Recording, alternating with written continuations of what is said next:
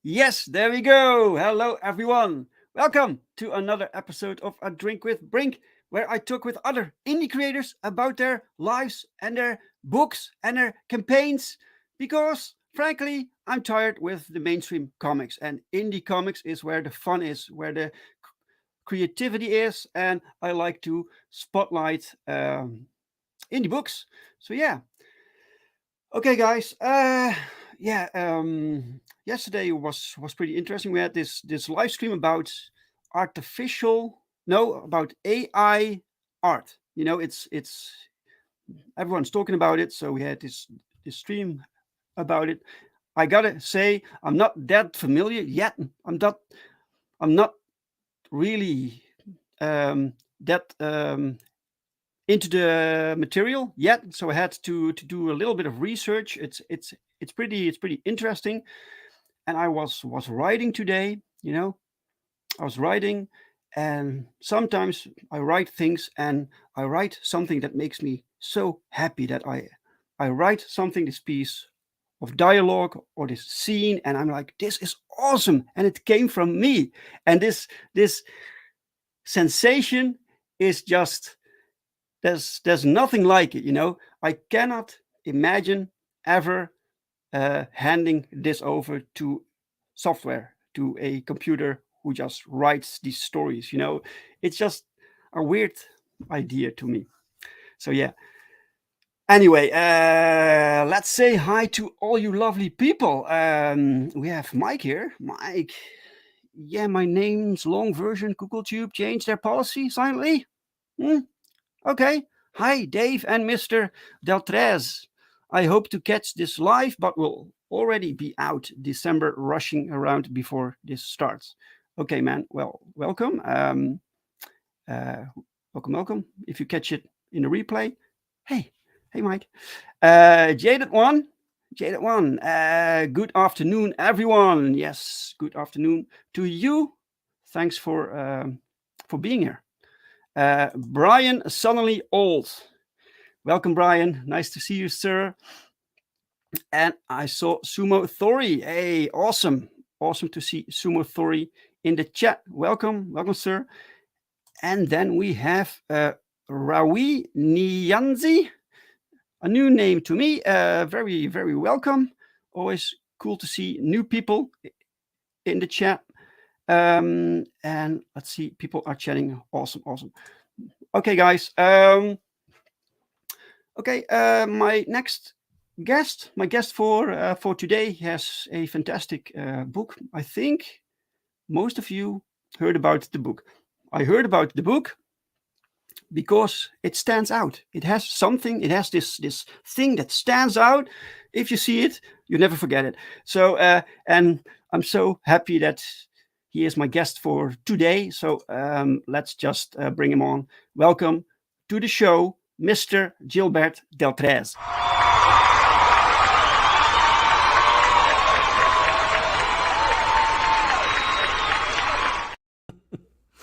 I love what you do, man. I love your show. Very welcoming, very warm. Thanks for having me, Dave. Thanks for opening your little space here to geek out and to talk comic books and to talk a little bit of Grom. I appreciate that. And to everyone who joined the live stream, either here or on the replay, appreciate it, because it's always cool to have people, in on what we're talking about on the spot. So very cool. Thanks for everyone, and thanks for the comments on the chat. Appreciate it. Awesome to be here, Dave. Wow, you're a natural. You sound like you have your own show, right?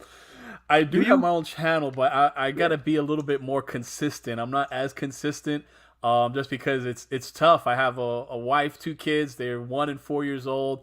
Then I work at a high school, which is crazy, and I do some work with what we call the Boys and Girls Club for the youth of the high school on the side. So then creating comics. So holy cow. So eventually the streamlining of that channel will be a thing. But guys, more than welcome to subscribe if you can, because it'll help me out. But yeah, just doing our part to help indie comics, right? Right. I don't think I had your channel yet. I put all the links to your campaign. Yeah, don't worry about it. Yeah, don't worry about it. Yeah. No worries. Yeah, don't worry. Guys, if you just check out Gilly Writes Comics on YouTube, something should come out. So Thanks for having me here, Dave. You're welcome, man. I saw that Area Blackness is in the chat. Welcome, sir. All the way from Great Britain. Nice. UK. Okay, cool. So before we start, Jilly, do you want me to call you Jilly, by the way, or Gilbert? Jilly's fine. Gilbert is cool. Got that little European touch. I love that. So that works, man. Yeah, that works. Cool. Okay, so before we start, I have to ask you, what are you drinking? H2O, man. You can't get the body's natural nourishment, right? Yes, exactly. I don't have no alcoholic beverage here yet, so I'll leave that to you, right, Dave? What do you got? What are you drinking? No. It's I got cola, so nothing special. I like to stay sober, Yes, sir. So your books, your own. You have this series. You name it Grom. Yeah, it's Grom for short. Yeah, Galactic Rodents of Mayhem. Right. Grom for short, because Teenage Mutant Ninja Turtles, they got TMNT, so I'm like, okay, Galactic Rodents of Mayhem, we'll just call it Grom. That also sounds cool. So yeah, it's a fun book that we're doing here, man. Very fun. Just trying to bring back that feeling. So what I saw so far, it looks very professional. It doesn't look really indie. Nowadays, indie looks very professional too, but they're stepping up. You definitely have some books out there that you can see it's a little bit indie, but yours looks very professional. So I was wondering, what is your history with comic books? I've been crowdfunding, self-publishing my own comic books for about 8 years now. Oh, really? And yeah, I've learned the hard way. I've learned by just getting in there and failing and learning. Because my dream has always been to write on the biggest scale. I always wanted to write for Marvel or DC Comics on the biggest scale. So when you do a story, everyone could talk about that particular story, what they liked, what they didn't like. And I love that. So it's very hard to get into mainstream comic. It's super hard. So I learned that you just kind of got to do your own thing. And that's what I've been doing. And I've tried to do it at the highest level. So that way, when you measure it to a mainstream book, that it can hold up. And here's one of our books right here with a Powell Rodriguez variant cover. Powell Rodriguez, I know that name. You got a great artist on your work, man. I'll tell you, Dave, you got a great guy on your work. He's amazing. So we just want. This is the first issue. So this is what we have here, just for those who aren't aware. We had crowdfunded a big trade paperback 2.5 years ago that was able to fund. And I realized that a lot of people missed out. And I realized that when you want to grow your audience and grow your brand, that a lot of people miss out on things, and it's just trying to, kind of redoing things or kind of reintroducing a way someone could get in on your book. And the way we did that was with episodic entries of what we call the creator's cut. So basically, if you missed out on the volume 1, you can back my campaign and you'd get 4 issues, separate individualized floppies, but these are oversized floppies, more European style. Yeah, they're very large compared to like a regular comic book. If I could just pull out a regular comic right here. Here's one. I have one just pulled out, right? ISOM. If you pull it out, just measuring it, it's just you see how our book is a little bit bigger than just a traditional size. So we kind of wanted to bring that Saturday morning comic book experience, and we thought the European style cut, larger floppies would be good. So if you guys missed out on the trade paperback, you do have the episodic episodes of Grom, and here's some of the artwork, but what you do get, and what I like, is a lot of bonus features. You got some concepts. You got also what I like to call, here we go, some fan art, right? Someone actually did a TMNT versus Grom piece, so we like to feature that. And then we have little mini stories. Like this mini story of our Shinobi Turtles of Doom, as what they're called. They show up in Grom, but you get no other side story about them. So with our creator's cut, we have 3-4 page little mini stories on different characters in our Grom universe, and it's just part of offering a different experience and offering some more bonus footage. Here's a creator's process. You start with the script, then you go into how we came to be. So if you missed out on our trade paperback, we have an episodic variation of Grom that you get a lot of bonus footage for your contributions and for your support. So just doing what we can to grow the brand and get more eyes on Galactic Rodents of Mayhem. Wow, fantastic. Look at you diving right in there, man. It's yeah. So your current campaign is a re-release of the earlier book. Yeah, is what I'm getting now, right? Yeah, so you won't be able to get the trade paperback. We kind of limited on those copies, so I re-released that episodically. So kind of like the mainstream comic model now, they'll release the floppies individually, like the first 5 issues. Then they release the trade paperback. I went backwards. I said the trade paperback, and guess what? All right, so here you got the little floppies with bonus content. Bonus material. Wow. Yeah, and eventually we'll re-release the floppy. I mean the trade paperback, yeah. Wow. I saw John Douglas. Welcome. Welcome, John. What's up? Welcome, sir. Excellent. He got an amazing book, too. If I'm thinking it's the John Douglas I'm thinking about, it's the Shinobi Sasquatch. Oh, really? It's an incredible book. Oh, the Shinobi. Yeah. Shinobi Sasquatch. Yes, looking forward to receiving that. So I hope it's the same one. There could be a lot of John Douglases in the world, but I think it's that one. Right. So, by the way, how did you like ISOM? You picked it up just now, so I picked it up. I just finished reading it yesterday. So it's very solid entry into a new universe. A lot of great world building that I'm seeing there. And my only little critique is that I wish we would have saw more of ISOM in his superhero scope. We get teased in the cover, and then towards, if I'm throwing spoilers out there, guys, spoiler free. If you don't want to know, they just mute right now, or just go take a leak and then come back. Don't leave. Yeah. So we don't get too much of his superhero days or when he's in the costume to know why he doesn't want to be in the costume anymore. And it's a lot of comic book for your money. So it's a trade paperback essentially. It's kind of if you break it down, it'd be 4 issues in there or 5. So my whole thing was I wanted to see, even if it's a flashback of how he was as a superhero ISOM, maybe why he's called ISOM. I have a feeling it's something to do with isometric. And then why he doesn't want to be ISOM no more. Because we pick up when he's just done with being a hero. So I just wish we'd have got more of that. But he's doing a great thing with his book, and it's going to be growing and growing. So those questions will eventually be answered. Right. So I enjoyed it. Great. So you are the writer of your own series. Or do you also do the art? No, I wish. Okay. I'll tell you, if I did the art, I would have already been published by Marvel or DC a long time ago. I can't draw. I could do stick figures. Where I really contribute is with my script, with my ideas, and I have an amazing artist team. I have Sebastian Navas, who does the line work to Grom, and if you just take a look, it's amazing, right? The color work is Tiago Barca, who does amazing colors. For me, the best in indie comics. And the lettering is done by Davison Maines. So we got a bunch of indie guys that could make it in the pro level that haven't got that spotlight or shine yet. So we're just doing our book. So yeah. Thanks, Jaded One, for that comment. Awesome. Yeah. Thanks, man.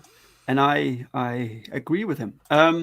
So how do you seem to be to want to have the best people, so the best talent on these particular disciplines. So the writing, that's your role. So how did you make sure that your own writing is at the level that you want it? By trial and error. I've been, like I said, crowdfunding comics since 2014. So I learned a lot in writing and scripting. And I realized that everyone has their own style, but the most important thing is to be true to the story, to have something fresh, to have characters that people can relate to, that they can fall in love with, and have a story that is going somewhere. I know a lot of times we see in mainstream culture, we see a lot of stuff that we do love and enjoy, but then it's almost kind of, the approach almost seems like it's just being done just to, kind of like make a little bit of money. And the stories, sometimes you get like what I feel could be a rushed product. So for me in my writing, I grow with each story. And to help my writing, I have a great editor that I work with, Jamie. She's amazing.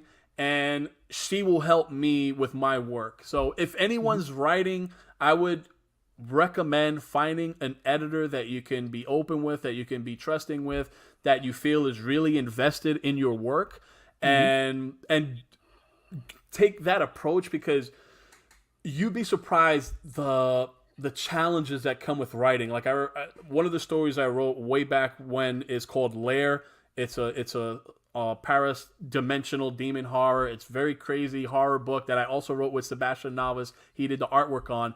And at the time, I was in college when I wrote that script, and my screenwriting professor, I kind of showed her a little bit about it, and she liked she just loved it. And I'm like, can you help me edit it? She's like, sure. So when I gave her my finished script, she read it, and she's like, okay, I have some ways we can make it better. I'm like, okay, what do you got? She's like, you got like 5 main characters, just get rid of 2 of them and go with 3 main characters. I'm like, okay, I can make it happen. I'm like, done. She's like, what? She's like, you're so quick to just get rid of these characters and just go with it. I'm like, listen, if you're telling me I can make it better by getting rid of these 2 characters or fusing the personalities of these 2 characters into one, I'm doing it, because I'm all about improving my craft, and I'm all about making a story that you can get invested into, making a story that you want to read. I mean, there's a lot of comics, and you said, Dave, there's so many indie comics, and I have backed a lot of indie comics. And I've seen, you can tell a difference between like an amateur type work and a work that's more polished. You can just tell that. And so those you guys that are looking into creating your own stuff, take the time to get it right. Don't rush. It's not it's not a race. It's a marathon. You're in here for the long haul. Like I said, I've been here 8 years. I still haven't gotten to where I want to be, but I got a beautiful project, and the backers are there for me. So I'm just taking it that step going forward. But definitely be ready to fail and be ready to take the long way, because there's no shortcuts, man. Exactly. And sometimes you need to put your ego on the side in service of the book. Everything we do is in 100%. service of the product and of the customer. Yeah, exactly right, man. John says, I'm not the writer of Shinobi Sasquatch. I write epic fantasy. Awesome. All right. It's also great. Yeah. Epic fantasy. Fantasy is one of my favorite genres. Yeah. And we have a question for you, Gilbert. Yes. Jilly, would you ever consider putting up a copy of your older scripts for people to buy and study? That's a good question. I never really put my stuff out there, just because the simple fact I didn't think anyone would want it. If there's a demand down the line, if people want to see some of my old stuff, I definitely put it out there, because you could learn a lot by seeing how other people do their stuff. So yeah, I'd be more than willing to do that. Well, what you perhaps could do, if people seem to like it, you could add it on to a campaign, a little add-on, little script book, Yeah. Yeah. But it's like, is there a demand for that? Hey, if there is, I don't know. I'm humbled. I don't know, man. So I got your page here. You have your own page. Let me show that for a moment. Yeah, cool. Your own website, which is awesome. Jilly writes comics. The link, by the way, guys, is in the description of the video. You can check it out. So here you see some stuff that you did before, right? Yeah. Yes. Definitely. Yeah. And you can also read the first issue here. Exactly. If you guys just want to dip your toes in the universe and just see if it's something you want to get committed to, you got the first issue right there. You can just read it. If you enjoy it, come on in, because I know a new comic book is almost like a relationship. It's like, do I want to go out with this book? Do I want to have a relationship with this book? Do I want to get to know? Do I want to get invested? Do I want to put my heart on the line with this story? So I got the first issue there. You can read and definitely check it out. Right, and this is the same first issue that people can get now with the campaign. Yes, it'll be yes. Right. Okay. Yes. Because the campaign title. So one thing, it is black and white. So I have the first issue. I have it black and white. Okay. This one. Yeah. So the preview is black and white. You don't get none of the bonus stuff that you get with Grom number 1. Yeah. So it's not in color. So I did it on purpose, because you're gonna be reading it in black and white. Like, man, well, I want to see this in color. Yeah. Well, you got it back then. So you get to get the color. Get the color version. Yes, sir. Great. Yeah. Some previews here. Mm-hmm. Awesome. Okay, you have some more stuff. So how did you come up with the concept? Like capybaras in space? Was it just a mashup of random things, or? No, yeah. So like me and Sebastian, we were doing horror, and we had fun with our book called Lair, and we were just thinking, it's let's do something fun. Lair was good. It didn't get kind of the response that we would have hoped, and then we're like, well, I kind of want to do something fun. Sebastian was of the same mindset, and we're like, well, what could be fun? And you talk about mashup, so we did a mashup of everything we loved as a kid growing up. We got TMNT, we got anime, we got video games. I mean, we kind of bottled everything that we enjoyed, put it in there, shook it up. And out came Galactic Rodents of Mayhem, and capybaras are the main inspiration, because when we're thinking about let's do an anthropomorphic story, you got to find the animal that you're going to key in on. It's got to call you, and not many people know what a capybara is. I didn't know what a capybara was, and Sebastian's like, let's do capybaras, and I didn't know what the hell a capybara was. And this is what sold me. He said they're the most chill animal in the world, and he said they even get along with crocodiles. And when he said that, I couldn't believe it. I literally instantly Googled capybara, crocodile, and I got a ton of imagery. And if you guys look up capybara, crocodile TikTok video, you will actually see a capybara taking a ride on a crocodile across a river. Like, if you earn the respect of a crocodile and a bunch of crocodiles, because I've seen pictures of one crocodile with like one capybara surrounded by like a bunch of crocodiles. So, I mean, that was it. So that was the animal for me. I'm like, it's gotta be capybaras. And then from there, the names of the capybaras came in my head: Bash, Ripple, Mona Lisa. As an homage to TMNT, these mammals are gonna have a reptilian father figure, whereas the reptilian turtles have the father figure of Splinter, the mammal, right? The big rat. So I'm like, you know what? We're gonna have a big lizard, and it just goes from there, man. Is that this guy, the lizard? Oh, those are the sniper vipers. So if you go up to the middle, the pink, the center cover, with the kid, our little like gunslinging gecko. This one, Gangon. He's the father figure of the capybaras, and the main protagonist, the main antagonist. If you go to issue 2, what you thought was Gangon, those are the sniper vipers, and right above them is Dark Raider. He's our main bad guy. He puts out an interstellar bounty on our capybaras, and that's where our story takes off. But it's a love letter to our childhood. That's literally what Galactic Rodents of Mayhem is. It's a comic book love letter to our Sniper childhood. Vipers. That sounds great. Come on, man. You got. I'll just like I said, we're having fun. We got a shark in there.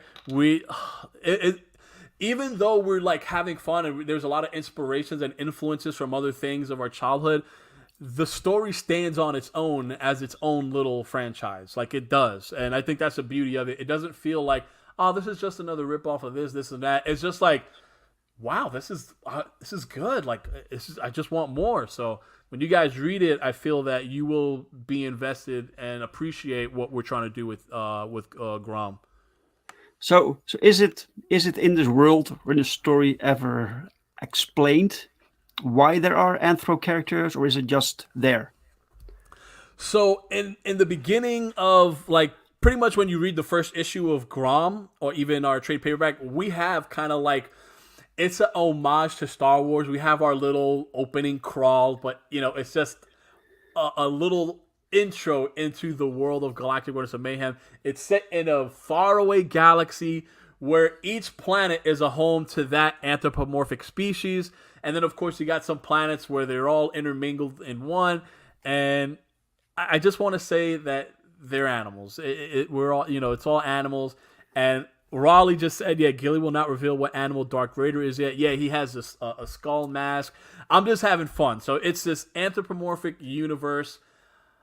And that's all I could say. But anything you guys want to know more about the lore we're building as each issue goes on. Yes. Mike is back. Hey, welcome, Mike. I'm late and baking in my kitchen, but listening. Nice. Gilbert, do you prefer biker mice from Mars or Don Chin's martial arts rodents? It's hard to say which one I prefer. Like it is because again, Don Chin's radioactive adolescent black belt hamsters. You gotta love that. You gotta love that. And then again, biker mice from Mars. I mean, it's mice, big muscly anthropomorphic mice on motorcycles. Right. They both are awesome. I can't say which one I prefer. I would just hope that Galactic Rodents of Mayhem can give you that level of love and appreciation to where I would eventually, where Grom can be included in that conversation in the long run. I just want to, me and Sebastian, we just want to make our mark on what we love. So yeah. Right. I saw that Shane is here in the chat. Welcome, Shane. Welcome. Good evening to you. And Dr. Ino. Hello, Dr. Ino. Welcome. What's up? Okay, cool. Excellent. So you said in the beginning, I picked up on that fantasy was your favorite genre, right? Mm-hmm. But this looks more like sci-fi. So did you ever consider making a capybara fantasy series instead of science fiction? Never. Sci-fi, as much as I love sci-fi, it wasn't a genre that I kind of wanted to write for, but I'm seeing as Grom is taking shape, I love sci-fi more than I imagined. So there's different types of sci-fi. This is just, I would call it like adventure sci-fi, galactic sci-fi. I don't know. All I know is that I'm having fun writing this comic, and I kind of wanted to create something I would have fun reading with Grom, and it's kind of what I'm doing with this. It's fun, and I'm willing to hear from the community as we grow. Try to incorporate some maybe animal species types they'd like to see, some elements they'd like to see, and just making this book as fun as it can be. Yes.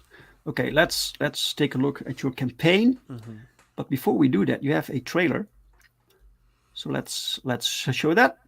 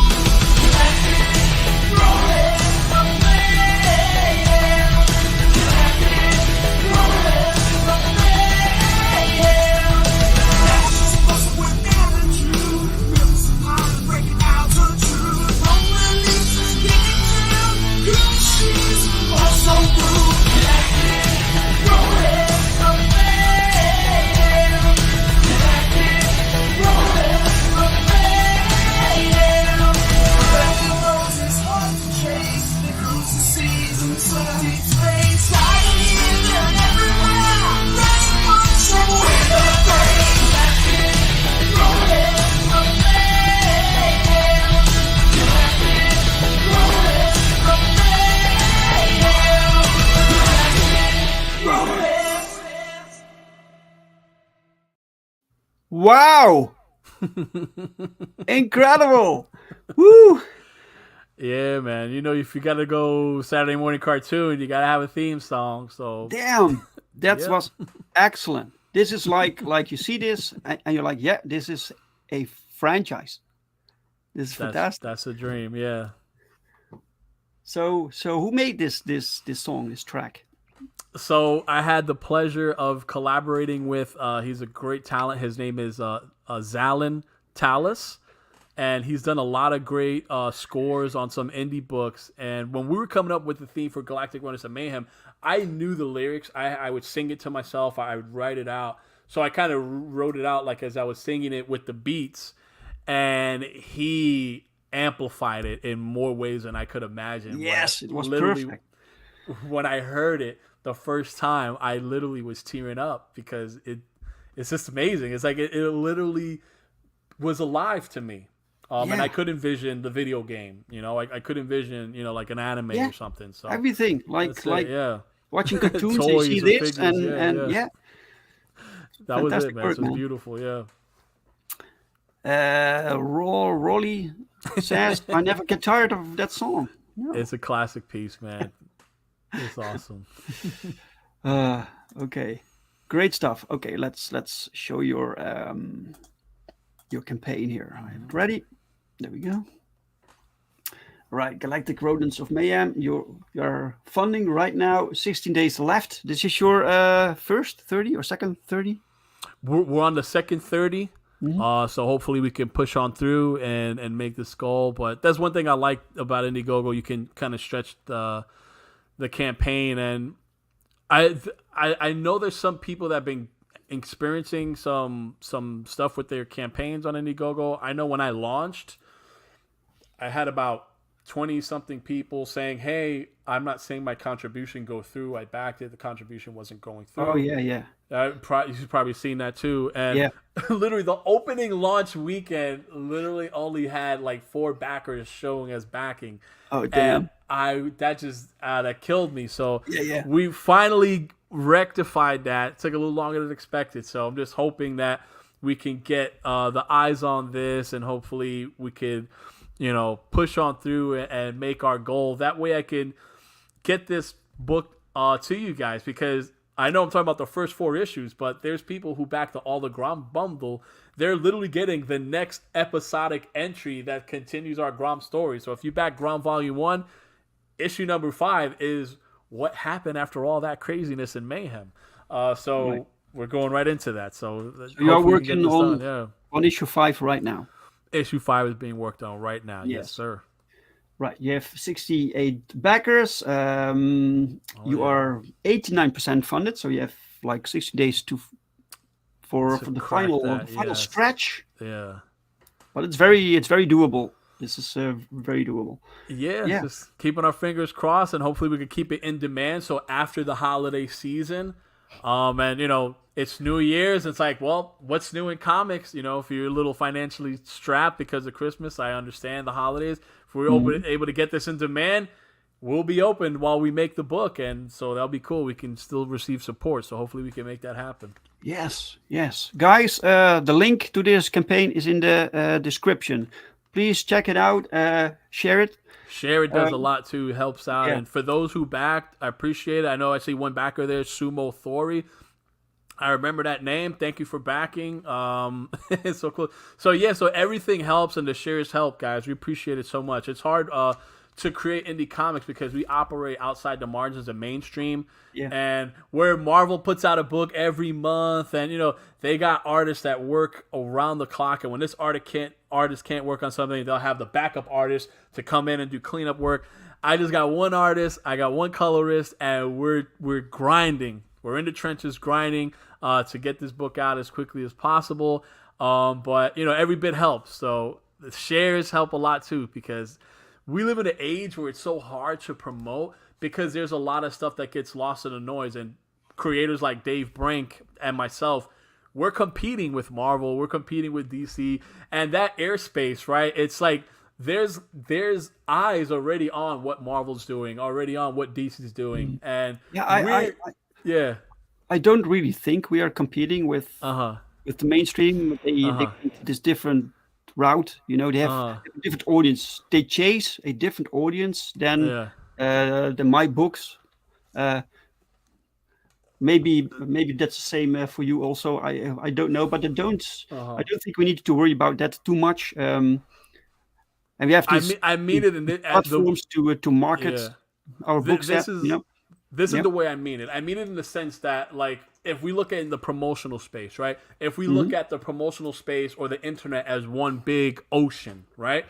One Right. big Yeah. ocean, right? Marvel, right, has a big yacht, right? A big cruise liner, right? Yeah. With outfitted with microphones. So when they say, "Hey, we got this coming out," everyone hears it, right? Yes. DC the same, right?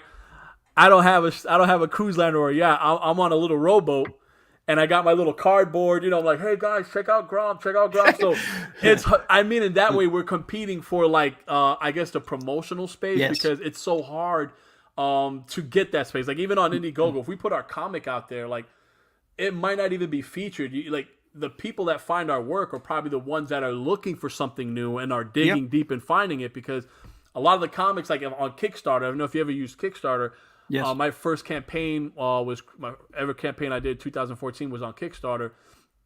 It's hard to become a project we love, right? It's hard to be one of Yeah. those projects that the moment you sign in on Kickstarter, boom, everyone sees, Miss, what was it, America Bliss, right? Or everyone sees, right? Like, your comic. You get what I'm saying? Hmm. Like, Yeah. people won't see Galactic Rodents of Mayhem right there. They have to Mhm. go dig deep in the mine shaft. They have to go underground. They have to put their helmet with a little flashlight on, and they have to go searching for hidden gems. And those are the people that have found Grom.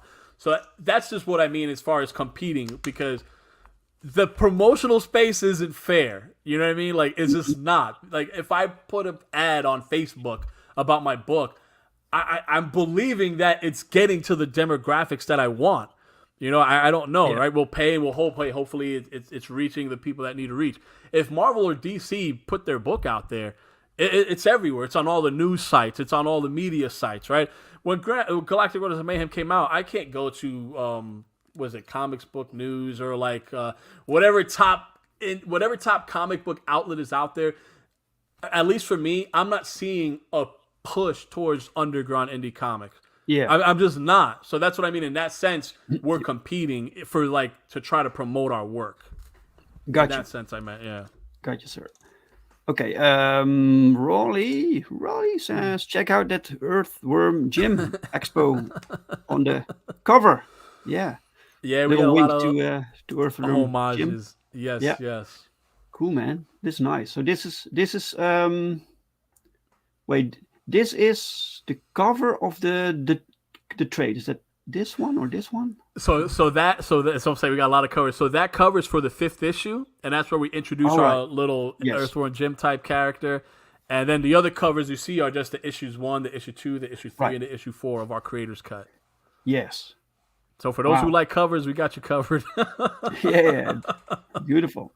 Looks great. Killer art. Yeah. Look at this, man. This is fantastic. Yeah, just So to show you, the quality that we're working with. yeah.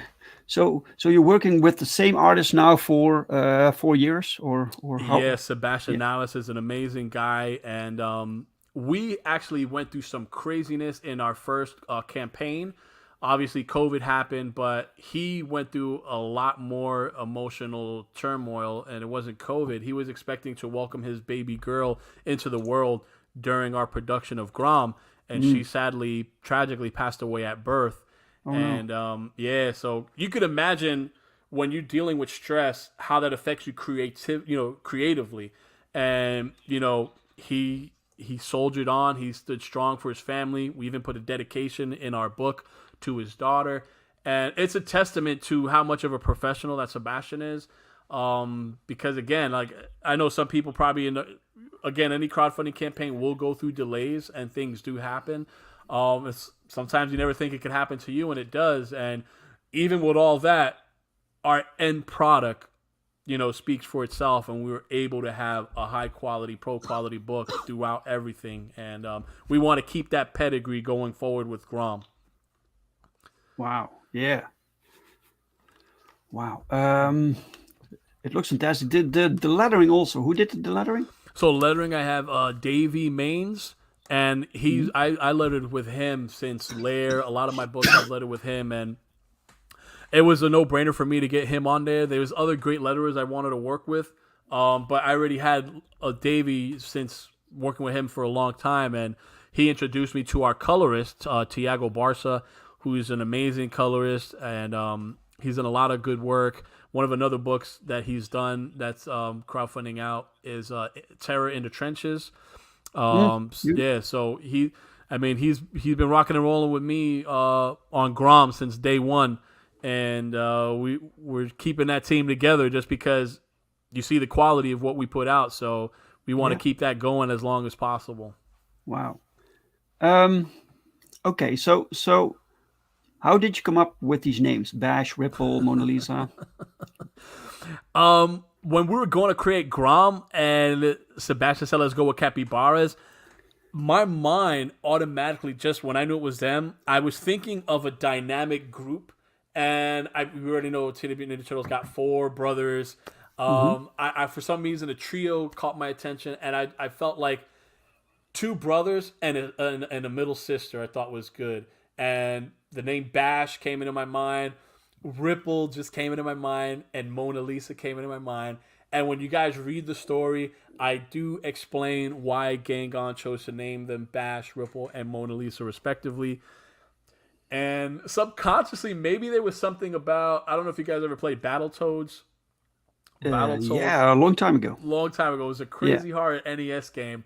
And I remember they had a trio, and I think it was Rash, Zit, and Pimple. Yeah. You know, so I'm like, you know what am I, do I want to go like TMNT where they're attached to Renaissance painters? Do I want to go with something like, like, Battletoads with a Zit and Pimple? You know what? Let me just go with some, just Bash, Ripple, Mona Lisa just came to me. And I gave a reason why they got those names. And I think you guys will appreciate when you get to that story point. As far as the names goes, yeah. Right. We have a question from Sumo. You got any good original pages left, Gilly? You might be able to convince me to add on another. Wow. Sumo, God bless you. I'm going to say that. And I appreciate the wanting original pages because it's hard for me when I see Sebastian's original pages to put them in the envelope, pad it up, and ship it out because they're that beautiful. Yeah. So we do have some great original pages. If you are able to support another one, I will throw in a bonus original page just for you. So that will be 3 original art pages you'll get in total because you're already backed at the one. Sumo's great. Yeah, we'll talk, and you could tell me, hey, I want a page with Bash, or I want a page with Draco, who's our shark, or I want a page with this, and I can show you what we have, and I'll make sure you get what you want. But I appreciate it because it's just to be able to support in that way is a great thing. Not only you get to treat yourself, but you also get to share that with the creators, and they get excited knowing that their backers anticipating and excited to get in on our book. So that's also amazing. Exactly. Thank you, Sumo. Awesome. We appreciate that. Rolly says, my first exposure to Battletoads was through the team up with Double Dragon on Genesis. Oh, okay. Never played the NES version. Right. Don't play that NES version unless you want to torment yourself. It's super duper hard. It's fun to just mess around maybe with the first couple stages, but yeah, good luck getting through the whole thing. It's insane. Right. So this is the main villain, right? Yes, that's Dark Raider. He's our main villain. He wants at nothing to get Gangon and the Capybaras. He's obsessed. He's a commander of space. That's the name of our empire, I guess you could say. It's Space Police Authority and Command Enterprises. So that's our military governing faction that makes sure the whole universe around is safe. And he's one of the commanders. And he wants the Capybaras and Gangon bad. There's a personal vendetta there. I can't say any more than that, but it gets explained in the first arc, and it hits really hard. It's good. So even though at the surface it seems like it's just like, craziness, we are hitting deep in the story. We are getting in there to make this, to get you invested in our characters, and maybe you might even end up liking Dark Raider when you know more of his story. This you said that this is a graphic novel that you cut up in 5 parts, right? In 4 parts. The 4. 5th episode is it'll be transitioning to the new season. Okay, so did you initially write it to be a separate part, or was it difficult for you to actually find these points to cut it?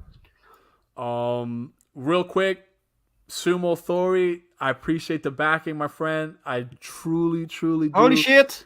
So thank you. Holy wow! Wait. Please email me. I want to get you that. You're getting 3 original art pages. So wow. We just want to talk and just make sure you get what you want. So I appreciate that. Thank you, Sumo. Yes! Hell yeah! Hey, come on, baby! Come on! Yes! Come on! Ah! Yes! Yes! Oh, that's a good clip, man, that you had Woo! ready. Right. Oh man, awesome. Fantastic. Thank you, man. Thank you so much. So to answer that question, when I initially wrote Galactic Rodents of Mayhem, I did write it with chapter breaks because I was hoping, Dark Horse would see it and say, we got to put this out there. I was hoping Image Comics would be like, hey, we got to put this out there. So since that hasn't happened yet, I'm glad I did that because it enabled me to re-release Grom episodically in a way that the creators originally intended, and it made it great. So I don't know, Dave, if you ever got a double issue, right? Like if you ever just backed like that one issue, but that one issue was a double issue, meaning it was like extra thick. Yeah. Our issue 4 is literally a double issue. So again, I was thinking that way. If we ever publish it, like the issue 4 of our arc would be the double issue close out of that first season. So I did write it in mind with the chapter breaks, and you will see if you guys check it out, you'll see how they end. They end pretty cool, like episodically with the breaks. Yeah. So and after these 4 issues, this first story is done. This first arc is completed. So it's one arc, right? So you don't need the second book to follow the story. Right. So the way I like to think about it is like seasons, right? So let's say Grom season 1 was 4 episodes, and then you'll have like Grom season 2, the first episode. So you can totally back the first book. Like I think I have a tier there that's for just issues 1 and 2. If you just want to just kind of dabble in, kind of see if you want to get invested. Then I have one that's 1 through 5 that gives you the first season and the next episode into the second season. That's all the Grom bundle. And then I have some people that back the original trade paperback that if they want to, back the continuing story, I just have issue 5 standalone. So so I do have options because I know people like options. So I try to, offer as much as I can with the campaign. Right. Okay, so who's the bunny? She is an amazing character.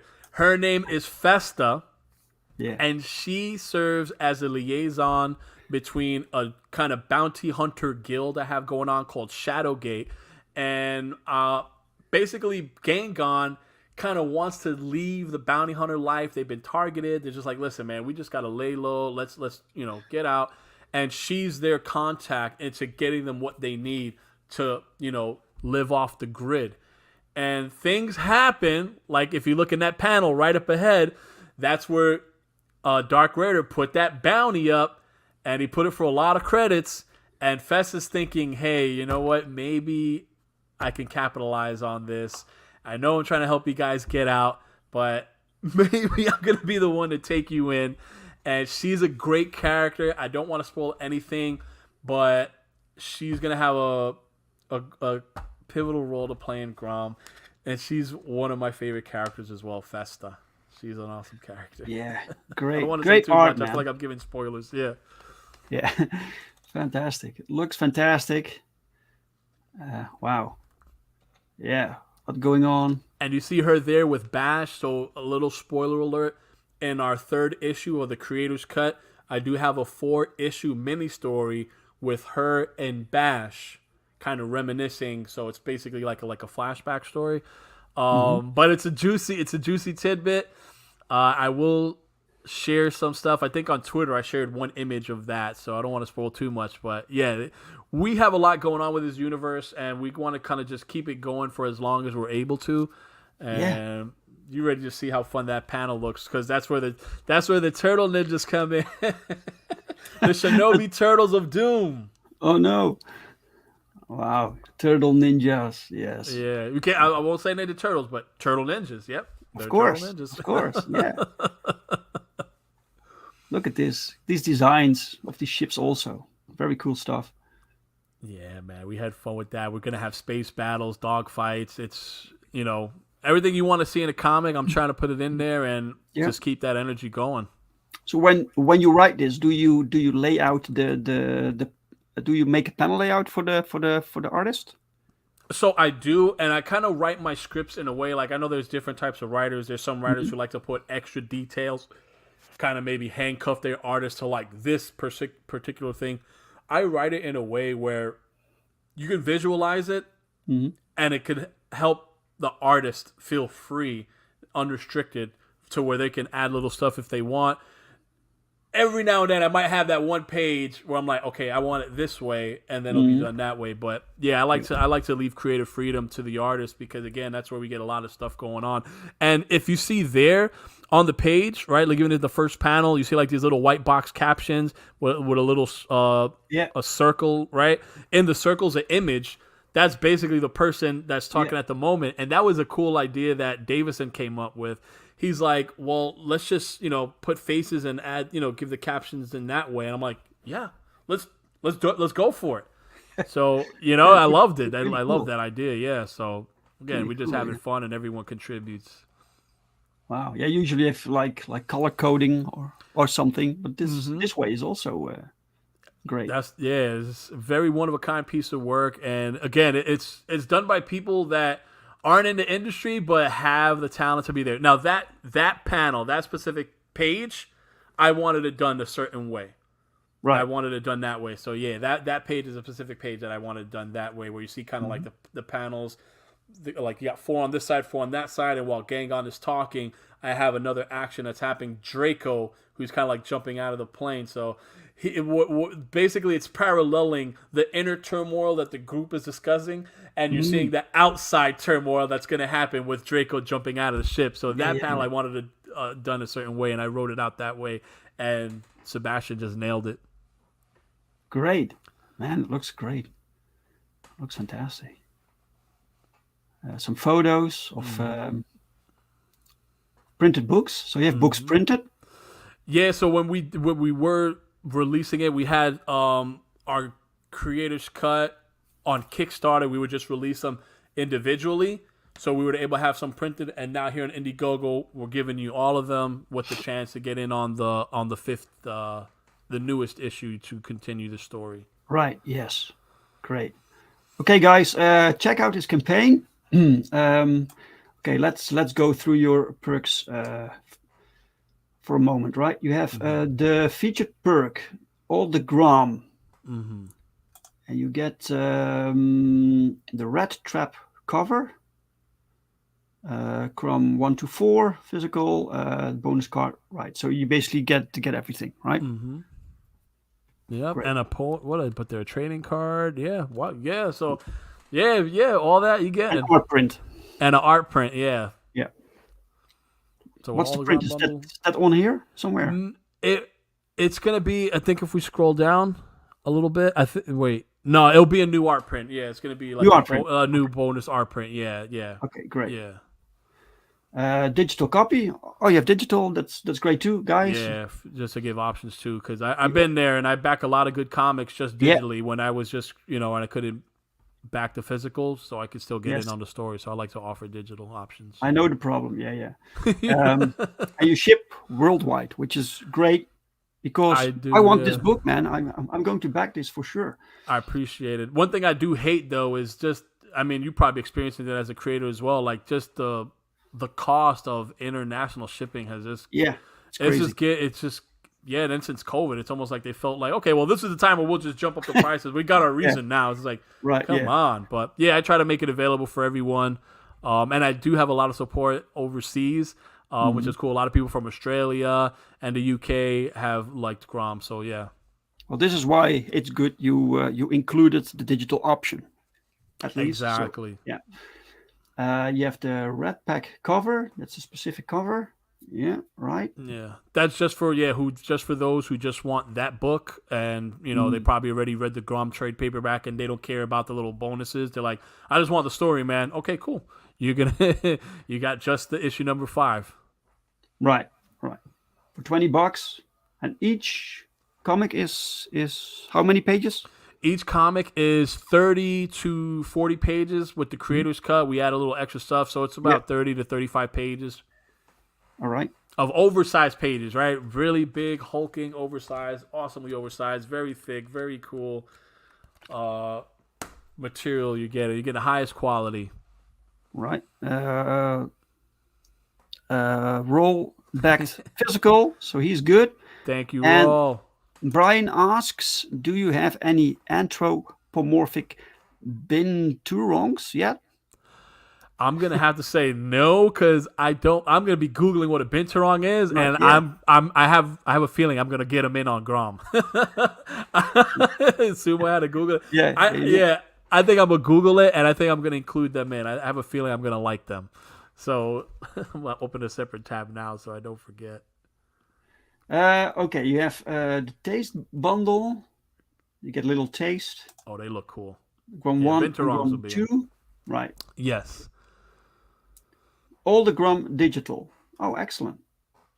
Digital pack. Great. Grom Rat Trap bundle comics. So that's just the issue 5, and then I have 2 variant covers for issue number 5. Yeah. Right. Yes. Plus a trading card. Right. Create a villain. Wow. This is interesting. Yeah, so here's an interesting little story. When I had the Grom Volume 1 trade paperback where we funded that, I had 2 very overpriced tiers that I just threw in there. I didn't think anyone was going to back them. One was that You Will Be Dark Raider. So basically our main villain, you kind of tell us what he is under the mask, and we were going to make that happen.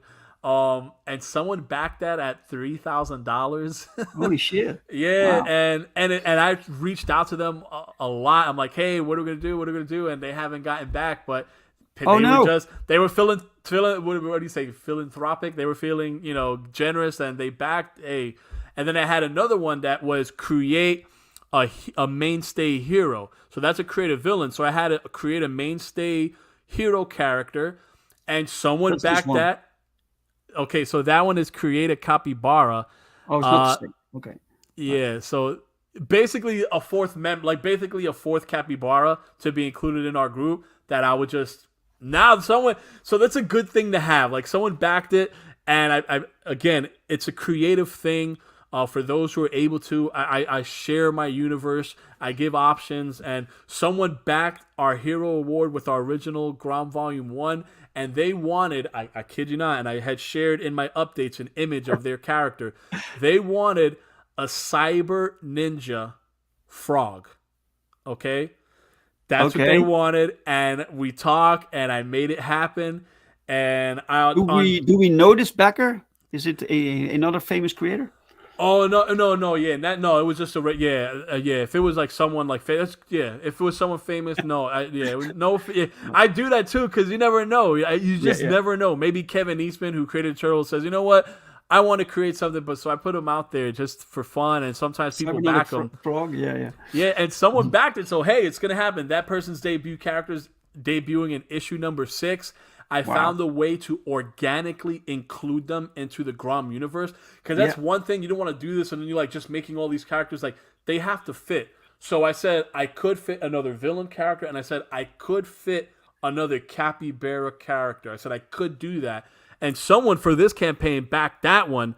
And that one I had at 2,000. So I'm gonna be talking with someone after the campaign to see how, like, what they had in mind, and I'm gonna make it happen organically to fit with Grom. And I will keep the rights. Sebastian and I, we have to keep the rights. I just gotta put that out there, because when we put it out there, it's saying that that you're giving us the rights. We don't, I have to say that because we live in a crazy world where we already saw the Walking Dead TV show. Tony Moore, he made the first couple issues, and he got off the project, and then years later, it became a TV show. He wanted his piece of the pie. So I'm just saying, hey, when we do that, you're contributing a character. You're getting your creative wits about you to get your story in. You're going to see something you created in our story. I will give you that opportunity. But Sebastian and I will have creative control of how we'll utilize that character. But we will make you proud of that character. And we will shout out the creator of that character if they want to be shouted out. Because I know some people probably just no. They don't want to be known or not. So yeah. Right. Wow. Excellent. Okay, guys. Let's refresh. You never know, right? It's you have 69 backers. Sumo hooked it up, so I appreciate that. Fantastic. 69 backers. Yeah. Okay. Let's Awesome. share this, guys. You only need 7% in 16 days. Oh, nice. Easily doable. So let's get more eyes on this campaign. Share it, talk about it. The link, guys, is in the description. Please check it out. This was basically this. So is there something to close off, Gilbert? Is there something that we forgot to talk about or to mention about this campaign? No, we covered up all the points. It's a labor of love, and I appreciate all the support. Thank you, Dave, for having me on. Yeah, you're very welcome, man. You're a wonderful guest. So, okay. Well, thank you, Jilly, for being my guest today. Thank you, chat, for being here, for watching, and for sharing and for liking. Please like and subscribe. I'll be back next Sunday with Pump Spec to talk about his wonderful campaign, and I hope to see you guys then also. I have my usual outro, but for today we have a special outro because it was wonderful. One sec. There we go. Bye, guys.